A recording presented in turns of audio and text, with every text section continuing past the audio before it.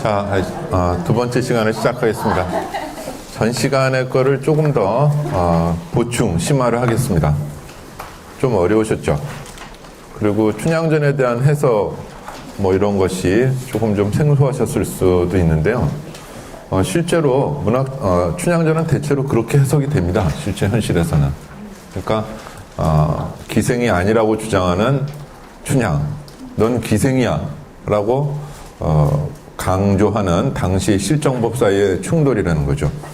그 충돌은 개인의 목숨을 내던질 정도의 용기를 갖고서 저항할 만한 가치가 있었던 것이고, 그것이 언뜻 개인의 욕망 같지만 사실은 당대의 많은 사람들의 욕망하고 맞닿아 있었던 거고, 그 당대 많은 사람들의 욕망은 결국 우리 모두 인간이야.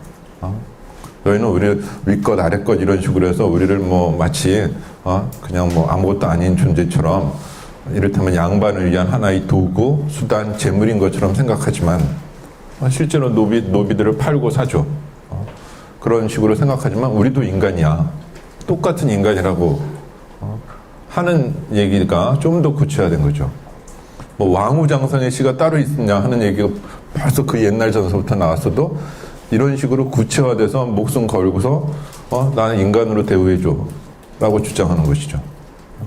그런 이제 것이 나오지 않았기 때문에 춘향을 여성 영웅의 시각에서 해석을 하고 있는 겁니다.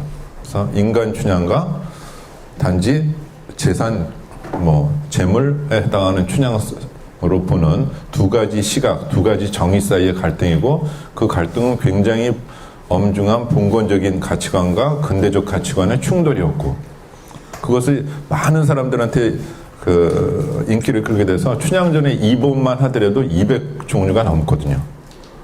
그러니까 조선 전역에서 춘향전에 대한 수요가 폭발적으로 늘었는데, 그것을 언뜻 봤을 때 무정의 같은 사람들이지만 모든 사람들의 의식 속에는 우리 모두가 다 같은 인간이다라는 그런 것이 굉장히 중요한 가치관으로 생각한 것이고, 그게 바로 근대적 가치라고 하는 것이죠.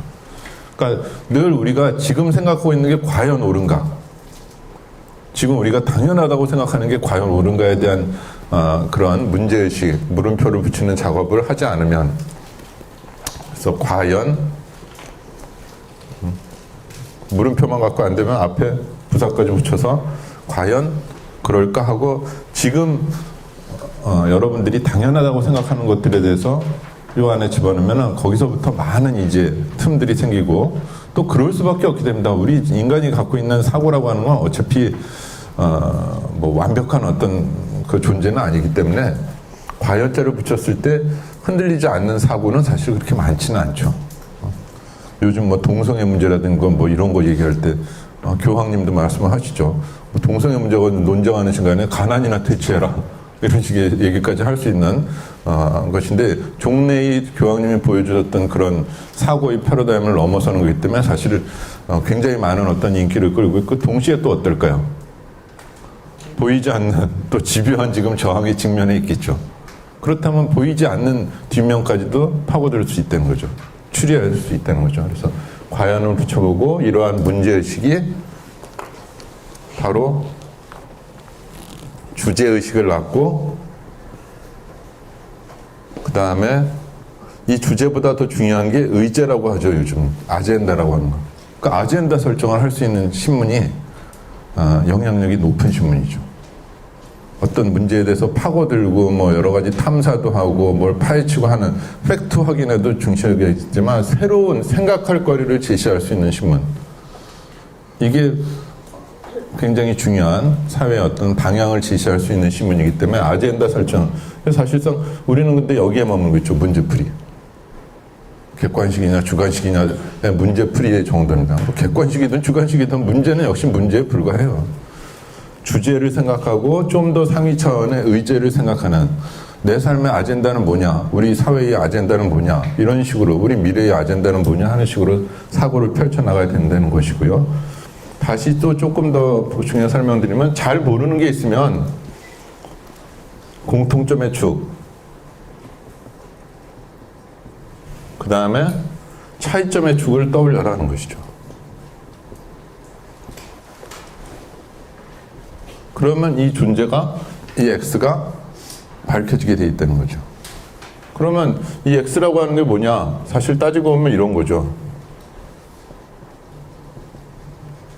굳이 이렇게 뭐 기호화시켜서 얘기하면 정의는 이런 거가 되는 거죠. 잘 모르는 것을 X라고 놓고 요거는 알고 있는 것이어야 돼요. 대신에 사과를 모르면 이거 설명하기가 참 어려워요. 여러분들 머릿속에, 선생님들 머릿속에 사과라는 것을 처음 들었다면, 이를테면 여기에 파프리카라고 써놓으면 뭐야? 저게 왜 파프리카야? 파프리카 아시니까. 사과를 아시니까 이걸 사과라 해도 고개를 끄덕거렸지. 이걸 제가 만약에 이렇게 놓은 다음에 자 공통점을 따져서 이게 라게이스라고 하죠. 뭐 이런 식으로 해보죠. 그러면 사과를 라게이스라고도 말하나? 하는 정도로 생각하실 겁니다.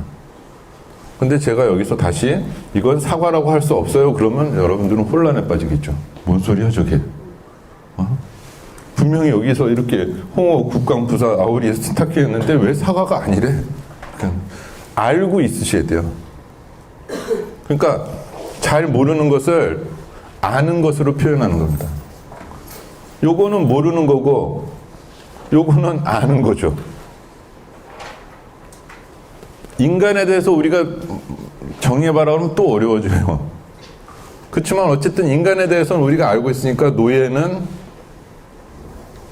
합법적으로 사고팔 수 있는 인간이다라고 했을 때 범위를 요것보다 살짝 크게 이렇게 해서 인간에 대해서, 인간은 알죠. 네, 알죠. 인간은 뭐 귀족도 있고. 근데 그 귀족하고 시민하고를 제외한, 그런데 합법적으로 사고팔 수 있는 그런 것들, 그런 존재를 바로 노예라고 해요. 이런 식으로 얘기하는 거죠. 그러니까 알고 있어야 돼. 이걸 모르면 또 찾아봐야 돼요. 그 결과는 아마 경험들 하셨을 거예요. 우리나라 사전을 찾다 보면은 사전을 찾다 보면 더 모르는 말이 계속 나오죠. 계속. 그 나중에 이게 뭐가 뭔지 모르게 이거에 대해서 충분히 설명을 잘 안 해줘서 그런 거죠. 알 수 있는. 살짝 높아야 돼요. 노예는 합법적으로 사고팔 수 있는 우주의 생명체다. 이렇게 하면 너무 범위가 넓어져요. 그러니까 살짝 잘 모르는 것을 아는 걸로 요 거리는 짧을수록 좋아요, 사실. 요 거리는. 이게 너무 커버려서 우주의 생명체식으로 얘기하면 막 먼지 하나 설명하는데 우주 전체를 갖고 설명하는 식이 되는 거예요. 그렇기 때문에 요 관계는 짧을수록 좋다. 어쨌든 알고 있는 것으로 모르는 것을 보여주는 거고. 가만 보면 이거는 공통점이고 이건 차이점 아니에요. 이 두 가지를 섞어서 표현해 주는 거예요. 단 상대는 공통점을 알고 있다는 거죠. 또 차이점도 이해할 수 있을 때 그러면 요것에 대해서 짐작 가능하다는 거예요. 초등학생들한테 합법적으로 사고팔 수 있는 인간이라고 얘기하면 유치원 학생들한테, 유치원 학생이 묻습니다. 선생님, 노예가 뭐예요? 그랬을 때 합법적으로 사고팔 수 있는 인간이야. 뭐예요? 합법이? 사고팔 수 있다는 게 무슨 뜻이에요? 인간이 뭐예요? 그러니까 어렸을 때는 계속 질문할 수밖에 없어요. 그 질문에 대해서 답을 제대로 안 해주면 이제 점점 입이 닫히는 거죠. 뭐야, 뭐 물어봐도 답도 못 해주면서 더 어렵게 얘기해 주거나 아니면 더 이상하게 이해될 수 없게 설명하고, 그러면 더 이상 얘기할 수 없는 거죠. 정의는 기본적으로 해서 까다롭게 생각하는데 사실은 까다로울 필요가 없다. 차이점과 공통점의 시각에서 보면 된다는 겁니다. 기본적으로 분류라고 하는 상위와 하위의 관계를 갖고 하나의 점을 설명한 거예요. 하나의 점을. 자, 곁들여서 하나 더 이제 설명하고 마무리 지점은 이런 겁니다. 사과를 근데 우리는 이런 식으로 보는 시각도 있죠. 씨, 껍질, 과육, 과즙. 이렇게 보면 어떻게 되죠?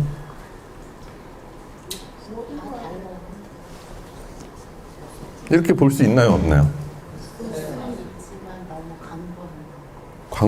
사과인데요. 사과를 이런 식으로 보는 시각은 분석이라고 합니다. 분류가 아니라. 분석. 사과를 마치 이 경우에 해부하듯이, 분해하듯이 쪼개가는 거죠. 이거는 씨라는 사과가 아니에요. 씨사과, 껍질 사과, 과육사가 아니잖아요. 이거를 이제 따지는 방법은 아주 간단합니다. 씨는 사과의 일종입니까? 뭐죠? 일부죠. 일종이니까 일부라고 말해주죠. 부분도 맞는 말이지만 일부예요. 즉 부분이에요. 그러니까 전체를 부분으로 쪼개는 거예요. 이렇게 할 수도 있어요. 전체를 부분으로 쪼개는 거. 이거는 분석이에요. 이 분석도 많이 써요. 심리적 분석이라든지 무슨 사회적 분석이라든지 문화적 분석이라든지 이런 것도 많이 쓰이죠. 근데 그거는 이들 사이에는 공통점은 없어요. 이건 그냥 부분들을 나열했을 뿐이에요. 부분들을. 이 부분의 합은 전체가 되는 관계로. 무슨 트랜지스 라디오랑 요즘 그런 건 없겠군요. TV를 분해하듯이 은체를, 유기체를 해부하듯이 쪼개나가면 그건 분석의 사고예요. 근데 이거는 명백하게 홍옥도 사과예요.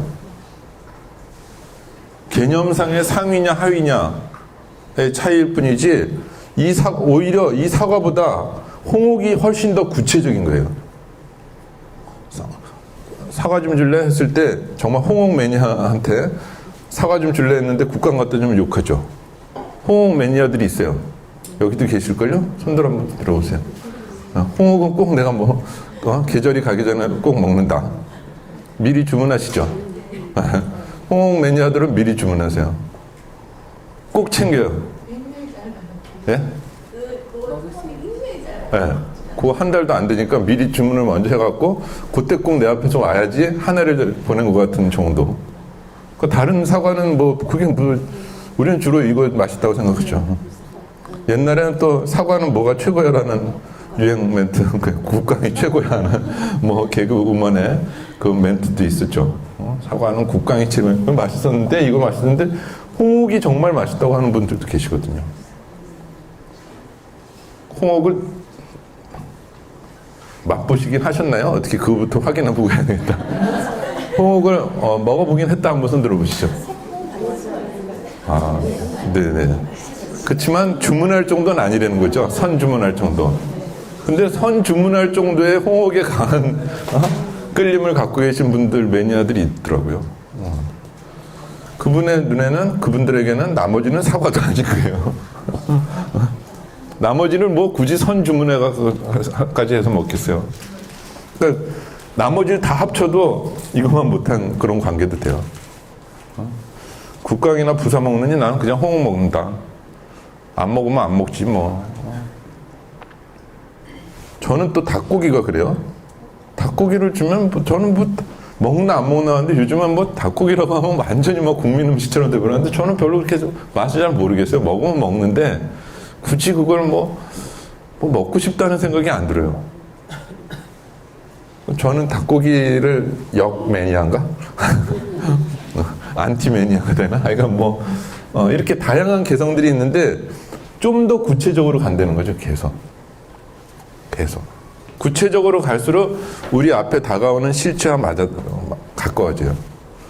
근데 이 사과가 더 올라가서 과일로 되고 이렇게 또 올라가고 또 올라가면 점점 멀어지는 추상적인 차원이 된다는 거죠. 그거는 이 추상과 전체의 차원이고 이거는 이 분석은 전체와 부분의 차이예요. 그래서 일부냐 일종이냐 따져보면 간단하게 돼요. 그냥 간결하게만 정리한다면. 근데 지금 우리는 책을 쓰려고 하는 거니까 이것의 종류가 뭐지? 이것들은 어떤 부분들로 쪼갤 수 있지? 이거는 물리적으로 쪼갰는데 화학적으로 쪼개면 어떻게 되지? 심리적으로 쪼개볼 수는 없을까? 이런 식으로 자꾸 생각을 해보셔야 된다는 거죠. 사과를 전체적인 문화인류학적인 시각으로 따질 수도 있죠. 이를테면 동양권에서는 사과를 별로 그렇게 높이 치진 않아요. 사과 대신에 뭘 중시하죠? 복숭아예요. 무릉도원이에요. 복숭아를 높이 치고 옥황상제도 복숭아를 드시지 옥황상제가 위에서 사과를 먹지 않아요. 에덴 동산에서 근데 저쪽에서 뭐 합니까? 사과를 먹어요. 윌리엄 텔도 사과를 뭐 사과가 머리 위에 있고 그거 쏘기 놀이하고 뭐 심지어는 무슨 뉴턴에도 뭐 사과가 떨어졌다고 하면 다 사과 얘기예요. 그런 모든 것은 동양권 나왔으면 다 복숭아로 윤색됐을 겁니다. 다시. 물론 에덴 동산에서 우리나라 사람이 했다면 사과를 먹기보다 어떻게 했을까요? 먼저 뱀을 잡아먹었을 거라는 우선순위가 바뀌었을 거예요. 사과보다는 요거를 요거부터 먹고 저 매달려 있는 것은 나중에 먹어도 되고 요 움직이는 요놈부터 당연히 뱀을 먼저 먹었을 것 같아요. 그래서 이 부분과 전체의 관계에 이런 식으로 자꾸 사고를 펼쳐 주셔야 돼요. 그래서 그리고 사고를 모아 가셔야 된다는 겁니다. 이게 전체가 지금 과연 뭘 전체를 이루고 있는가? 막 말하자면 별자리도 그런 거 아니에요. 막 흩어져 있는 걸 보면서 사람들이 거기서 전체의 그림을 떠올리면서 저거는 무슨 자리 막 그런 거 아니에요. 밤하늘에 있는 수많은 별들에다가 자기 나름대로 가치를 부여하고 형상을 부여하면서 전체의 그림을 떠올리려고 하는 사고도 필요하고, 그 중에서 다시 어떤 것들을 부분적으로 따져보는 것도 필요하다는 것이죠. 그러니까 이런 분류의 사고방식하고 분석의 사고방식은 생각을 펼치는데, 그리고 누구한테 설명해 주는데, 또 무엇을 이해하는데, 그러니까 남한테 가르칠 때는 설명해 주는 거고, 무엇인가를 배울 때는 아까 배우고 싶은 희망과 소망이 많은 우리들이었죠. 그러면 그런 거 할 때 분석해보고 분류해보는 이런 작업 없이 책을 읽었다고도 할 수 없다는 것이죠.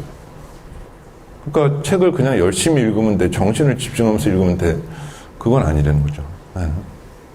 독서 100편 의자나 했을 때 그 100번을 읽어야 된다고 하는 것은 머릿속에서 분류로도 한 번 읽어보고 분석으로도 읽어보고 이런 여러 가지 사고를 다 펼쳐보면서 정말 다각도로 심도 있게 파고 들어라 하는 것이 바로 독서 100편 이자연이지, 그냥 아무 생각 없이 뭐 그냥 100번 읽는다고 해서 생각되는 건 아니다는 거죠. 그러니까 발상, 그리고 설명, 그러니까 읽기 또는 쓰기 또는 설명하고 또는 뭐 이해하고 하는 이 과정들이 계속 맞물린다는 거예요. 이런 식으로.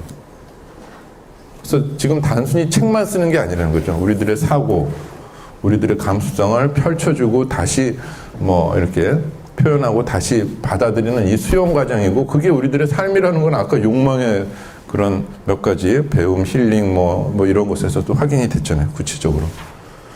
자, 이렇게 되고 잘 모르는 것들을 이렇게 X축, Y축의 공통점이 뭐지, 차이점이 뭐지를 생각하는 이런 방법으로 사고들을 좀 펼쳐주셔야 돼요. 과제를 이제 내드린 게 있죠. 책을 한 권씩 가져오라고 하셨죠. 그거 펼쳐놓으시죠, 한번. 다 찾으셨어요? 그 책들을, 찾아놓으신 책들을 팀별로 이렇게 모아서 공통점과 차이점으로 한번 설명해 보세요. 정의를 해보죠. 각 팀별로 모은 책들에 대해서 우리가 찾은 책들은 이런 식으로 정의할 수 있다. 이런 차이점을 가진, 이런 공통점을 가진 책이다 라고 한번 표현해 보시죠.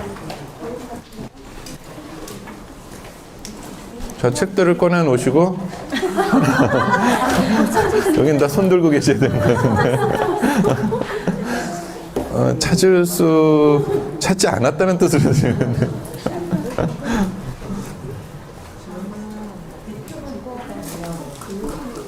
바꿔 말해 찾기가 조금 어려우셨을 거예요.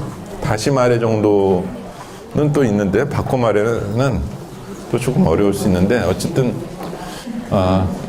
다시 말해는 완전히 다른 패러다임으로 전환하는 것이기 때문에 역시 중요한 사고입니다. 자, 이질적인 ABCD 또는 A만의 달랑 책 하나 있을 텐데 어떤 책이건 그러면 제가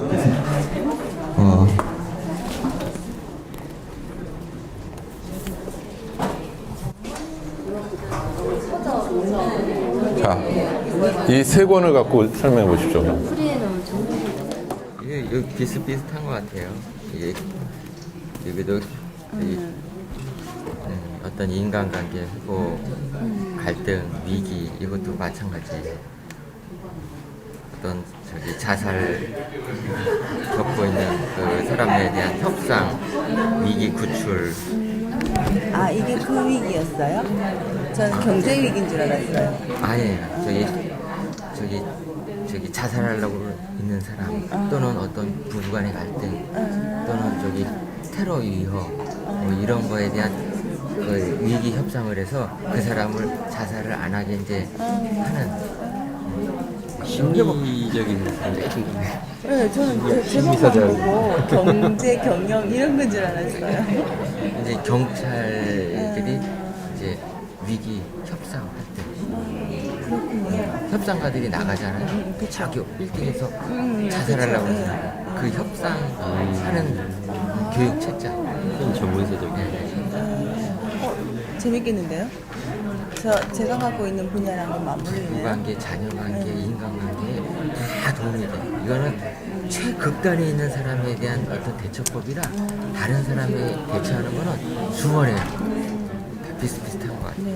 공통점에 방해되는 책 있으면 하나 빼죠. 아니요, 이것도 아니에요. 다 그래도 비슷해요. 근데 왜냐면 내가 보기에는 이 책 세 권이 좀 비슷한 것 같아요. 여기도 범인의 생각이 뛰어난 해안이 있고 통찰력도 있고 이것도 그렇고 이거 내면의 힘도 있고 여기 내면의 힘도 있고 네, 공동점이라는 건 결국은 이 모든 거에 대한 하나이니까 뭔가를 뺄 필요는 없죠. 우리가 그래서 찾는 거니까. 아니 책 세 권에서 찾는 거 아니에요? 다 전체에서? 네네. 전체의 우리가- 공통점이요? 우리가 갖고 온 책의 공통점. 자, 팀별로 발표하실 분 한 분씩 정해주세요. 아까 발표하신 분 말고. 뭐,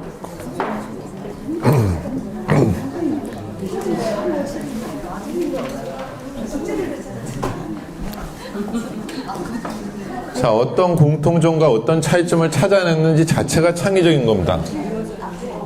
정해진 건 없죠. 지금 갑자기 선생님들 앞에 지금 세 권, 네 권들의 책에서 개별적인 것들에서 찾는 거니까 지금 새로운 것들입니다, 다. 어떤 기준으로 차이점을 찾았는지, 공통점을 또 찾아냈는지를 그 기준을 한번 정리해보자 하는 겁니다.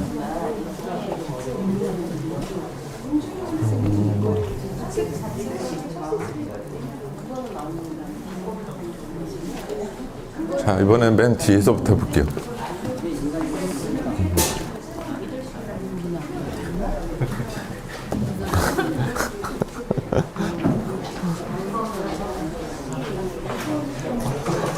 자, 지금 발표 시작됩니다. 한번 메모들을 해보세요. 어떤 공통점과 어떤 차이점으로 얘기를 하고 계신지 테이블별로 책들이 어떤 식으로 제시되는가, 설명되는가 하는 거죠. 자, 저희 네. 저는요, 무슨 해야 되나요? 책이 위기 협상론, 돈이 보이는 플랫폼, 비즈니스 천재의 5가지 얼굴, 회복 탄력성, 이 정도였었는데요.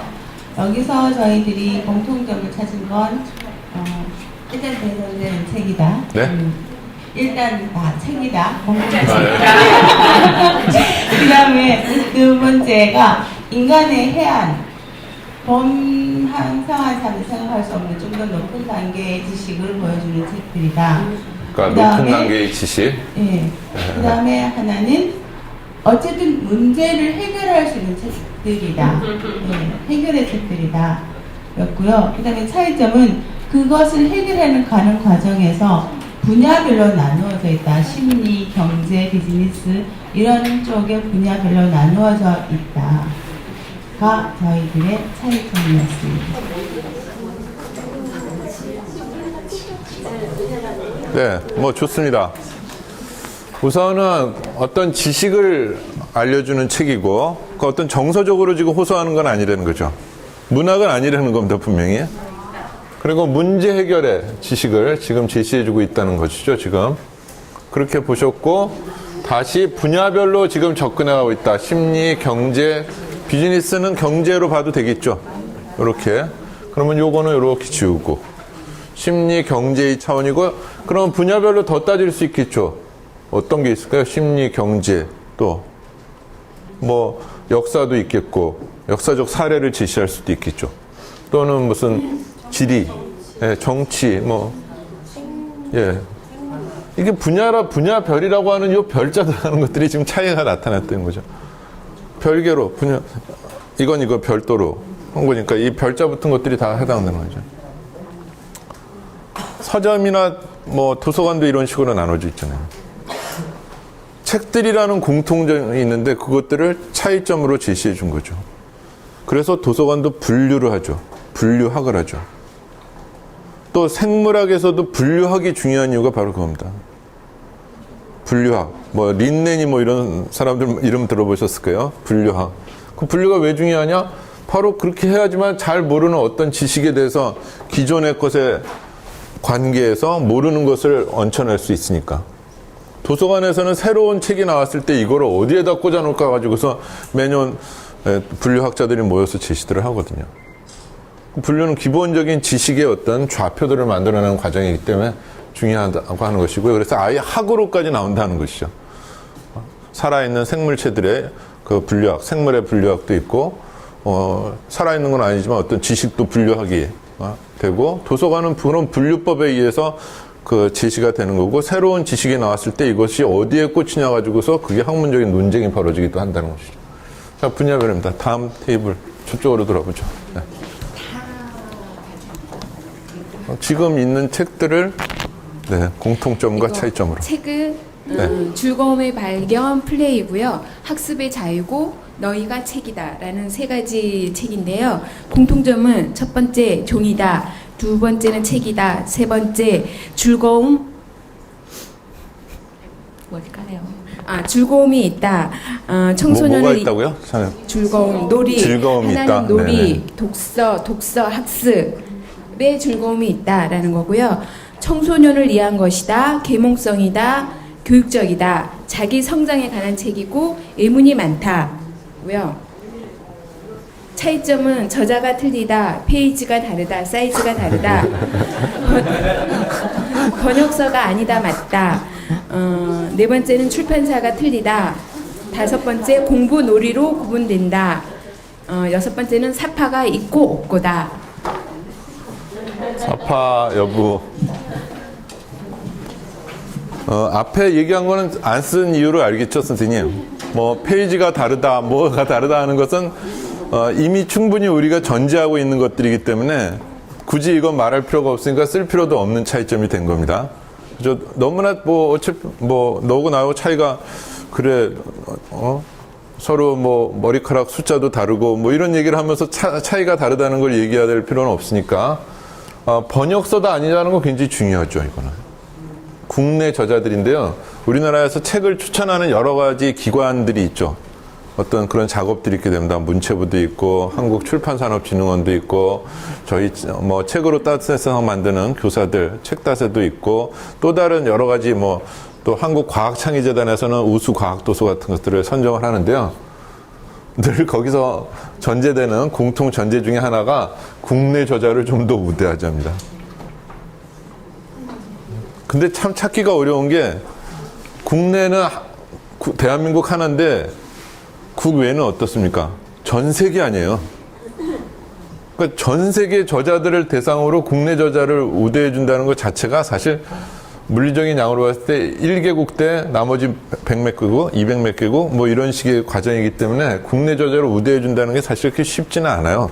그리고 우리나라는 아직까지 이제 지식을 많이 수입하는 정도의 것이고 수입하는 그런 나라이기 때문에 번역서가 참 많고 이런 학술서 같은 거는 거의 번역서가 많죠. 그래서 진짜 어려운 뭐 정의란 무엇인가 그거 참 어려운 책인데 막 베스트셀러가 되는 기현상이 벌어지기도 하는 거죠. 또 뭐죠? 스티븐 호킹의 어떤 책 같은 것도 보면 이해하기 어려운데 한국에서 베스트셀러가 되는 그런 경우도 생깁니다. 번역서가 많이 아직까지도 많고요. 이 번역서 같은 것들과 국내 저자를 했을 때 아직은 우리나라에서는 그래서 의도적으로 국내 저자들의 몫을 좀 키워주자, 국내 저자를 발굴하고 우대하자 하는 것이기 때문에 선생님들이 책을 쓰신다고 하면 우호적인 시각에서 다 평가를 받으실 수가 있어요. 그러니까 어떻게 해서든지 어쨌든 국내의 필자들을 육성하는 게 자국의 지식, 문화 뭐 이런 것들을 활성화시킬 수 있다고 생각했었죠. 사파가 있냐 없냐 여부는 참 이것도 중요하죠. 이 사파가 갖는 의미와 효과가 있습니다.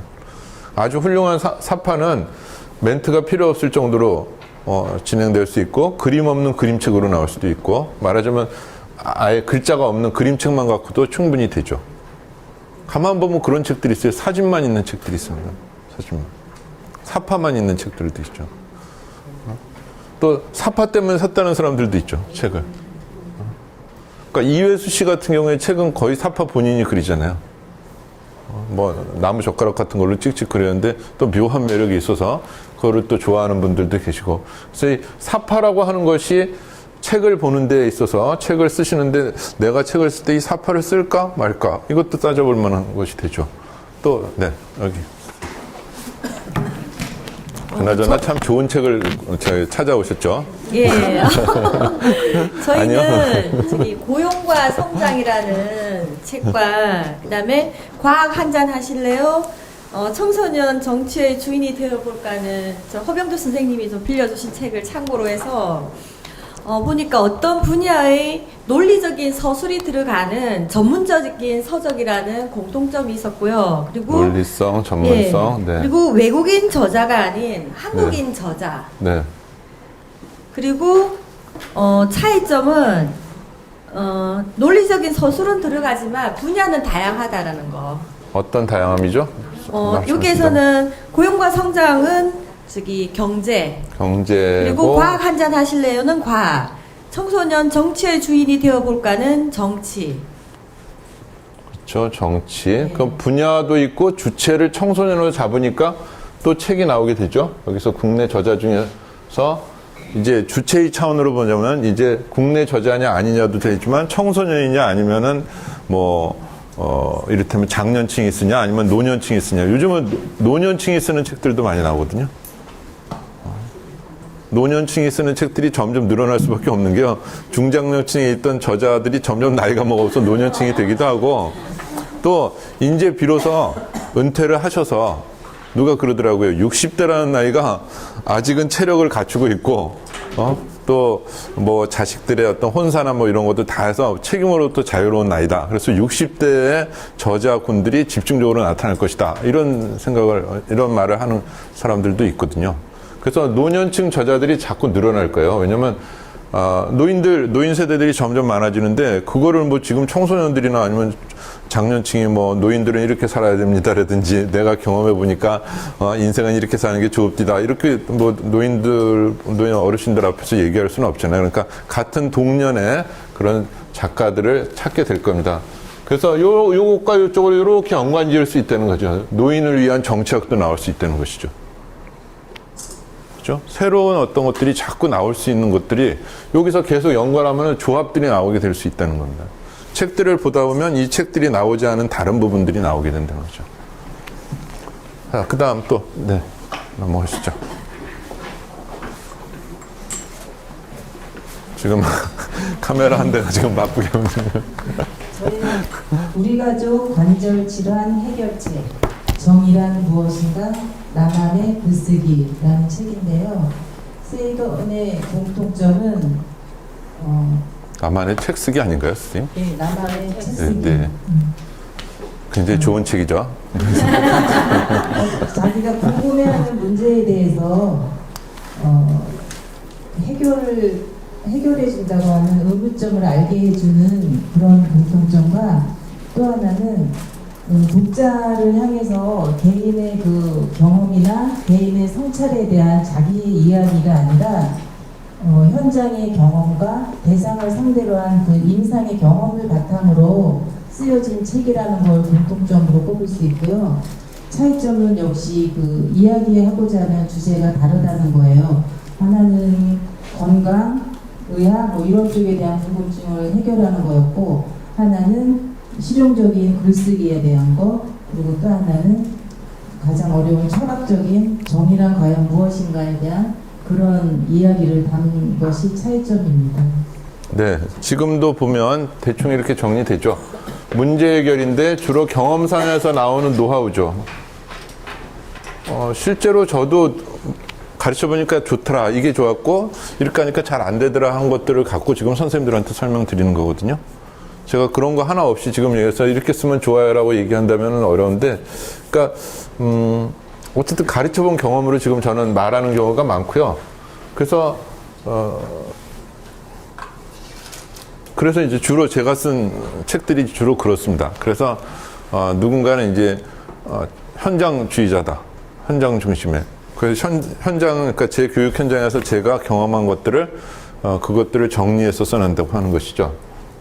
근데 그 현장을 제가 계속 이제 새로 찾고 뭐 새로운 방향으로 자꾸 모색하는 그런 것들은 좀 있죠. 어쨌든 제가 생각해도 현장에서 어쨌든 학생들과 함께 호흡하면서 제가 생각하고 학생들의 어떤 반응 이런 것들을 정리한 것들이 많으니까 좀 실질적인 노하우를 담고 있는 그런 경우가 많은 것이죠.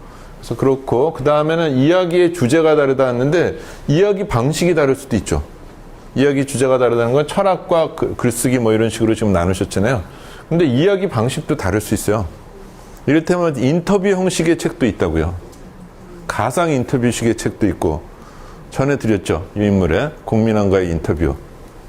어떻게 그 종이 연습 워크시트 때 드렸죠. 국민왕과의 인터뷰 형식도 있고 편지투로 쓸 수도 있어요. 아들에게 주는 편지 뭐 이런 식으로 쓸 수도 있죠. 또 정약용 선생의 편지만 모아놓은 책도 있어요.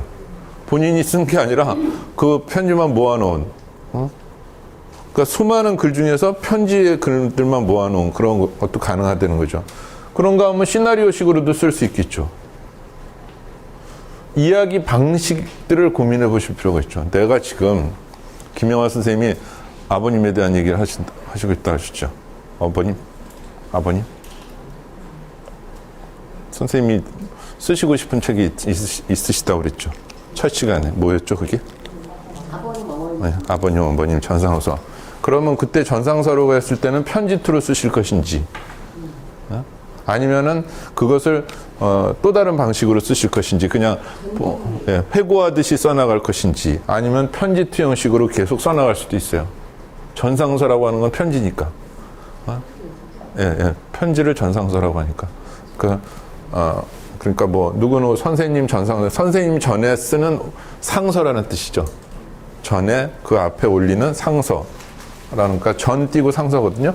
그래서 편지투로 쓰실 것인지, 아니면 뭐 회고식으로 어렸을 때 일입니다 일기투로 쓰실 것인지, 이거 다 다르죠. 아니면 조합할 수도 있죠. 이런 것들을 일기투로 하다가 중간중간 뭐 나오는 것이죠. 그런 식의 소설들도 있잖아요. 쭉 나오다가 누구의 편지 뭐 이렇게 쭉 나오고 하는 소설들도 있고. 그러니까 방식도 고민해 보실 필요가 있어요. 이 고민은 혼자 고민하지 마시고 책들을 계속 보세요. 아, 이건 어떤 방식으로 써졌지? 이런 식으로. 그러면 이제 책들이 재밌게 다시 보이시는 거죠. 전체를 다 읽으실 필요가 없어요. 문학 작품은 처음부터 끝까지 아주 느릿느릿, 아주 반복적으로 많이 읽으셔서 아주 그 오묘한 맛을 갖다가 계속 음미한다고 생각하고 읽으셔야 되고, 다른 분야, 문학 분야가 아닌 다른 책들은 처음부터 끝까지 읽어야 될 이유가 전혀 없어요. 제 책도 마찬가지입니다. 처음부터 끝까지 다 읽으면 필요한 부분만 빠르고 정확하게 읽으시면 돼요. 책이 많은 사람한테 이 책 다 읽으셨어요? 이렇게 물을 필요가 없어요. 문학 작품의 경우에는 다가 아니라 몇 번이나 읽었느냐가 오히려 중요하고, 또는 뭐 한 번을 읽어도 정말 깊이 있게 읽느냐. 그러니까 느리고 깊이 있게 읽으면서 그 맛을 즐기는 것이 문학 작품의 책 읽기라면, 그 외의 책들은 철저하게 빠르고 정확하게 의도에 맞춰서 읽어야 되시는 거죠. 일단은 선생님들은 어떻게 읽으시라고 그랬죠? 쓰기 위해 읽는다는 것을 갖고 읽으시라는 거죠. 쓰기 위해. 또 다른 건 이제 가르치기 위해서 읽어야 될 때는 가르치기 위해 읽어야 될 책들을 빨리 찾으셔야 되잖아요. 그걸 어떻게 처음부터 끝까지 다 읽어요? 읽어야 될 이유 전혀 없습니다. 문학 작품은 단 한 줄이라도, 단 10줄짜리의 윤동주의 서시라도 1년이건 5년이건 읽어야 됩니다. 박사 논문을 쓴다 그러면 니매치 뭐 한 편만 가지고도 박사 논문을 쓸 수 있을 정도로 읽고 또 읽고 또 읽고 하셔야 되는 거죠. 그건 예술의 차원, 언어 중에서도 가장 뭐 순도 높은 그런 예술의 차원이고, 그 외의 것은 자기 의도에 맞게끔 빠르고 정확하게 읽는 것이 제일 중요한 것입니다. 그래서 지금 얘기한 것들을 이야기의 주제가, 내 주제가 어디에 있는가 서로 연결도 시켜보시고 방식도 차이를 내시고 이런 식으로 자꾸 읽어보셔야 돼요. 또 이쪽으로 가시네. 예.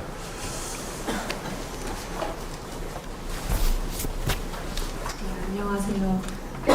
저희가 가져온 책은요. 첫 번째가 미움받을 용기하고요. 그다음에 군주론, 그다음이 국어 실력이 밥 먹여준다 이렇게 세 가지 책을 갖고 왔습니다.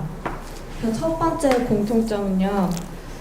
어떤 그 해결책을 제시해주는 책들이고요. 문제 해결. 그다음에 두 번째가 어떤 지식을 주는 글, 그리고 세 번째가 사파와 글이 이루어진 책이고요. 네 번째가 교양서 범주에 들어간다는 것이고, 다섯 번째가 그 숙제 왜냐하면 다시 말해 예를 들어가 다 들어간 책들이다. 네. 그리고 차이점은 하나는 그 무채색으로 되어 있고 두 개 책은 컬러가 포함되어 있고요. 그다음에 어디에 포함되어 있는가요? 표지 아니면 본문? 그 안쪽에 내용에. 네. 그리고 그다음에 하나는 두 가지 책은 주석 각주가 달려 있는데 하나 책은 하나도 없고요. 네. 하나는 신간이고 두 번은 그 오래된 책이라는 점입니다. 네. 자, 여기도 또 나오죠. 주석 여부. 주석을 달 것인지 말 것인지. 주석을 다는 방법은 각주가 있죠. 말하자면 본문의 밑에다가 쓰는 거예요. 위에 1번 하고 1번 아래다가 이렇게 쓰면 각주라고 하고, 그 글의 맨 뒤에 있으면 뭐라고 하죠? 그건 미주라고 합니다. 꼬리 밑줄 써서. 미주, 각주 이렇게 얘기하거든요. 미주와 각주. 그리고 아예 본문에 쓰는 경우도 있죠. 뭐 관찰사 이렇게 썼으면 괄호 열고 관찰사라 하면 현재의 지사에 해당하는 거로 뭐 하고 괄호 닫는 식으로. 어떤 방식이 더 좋으세요, 선생님들은? 중간에 이렇게 괄호를 넣는 거가 좋다고 하는 분도 있고, 자꾸 흐름이 끊긴다 하는 분들도 있고, 이렇게 밑에 각주를 두는 게 편리하다 하는 분도 있고, 자꾸 끊긴다. 미주를 두는 게 차라리 좋다. 아니다. 뭐 맨날 그 글의 뒤편만 봐야 되기 때문에 싫다 하고, 이게 선호도가 조금씩 달라요. 한번 여기서 간단히 따져볼까요? 괄호 안에 넣는 게 좋겠다. 한번 손들어 보시죠. 둘, 넷, 다섯, 여섯 분. 그 페이지 아래에서 즉시 볼 수 있게 하자. 둘, 넷, 여섯, 열둘, 열세분, 14분. 맨 끝에 있으면 좋겠다. 한 분도 안 계신가요? 나라도 들어야지. 네.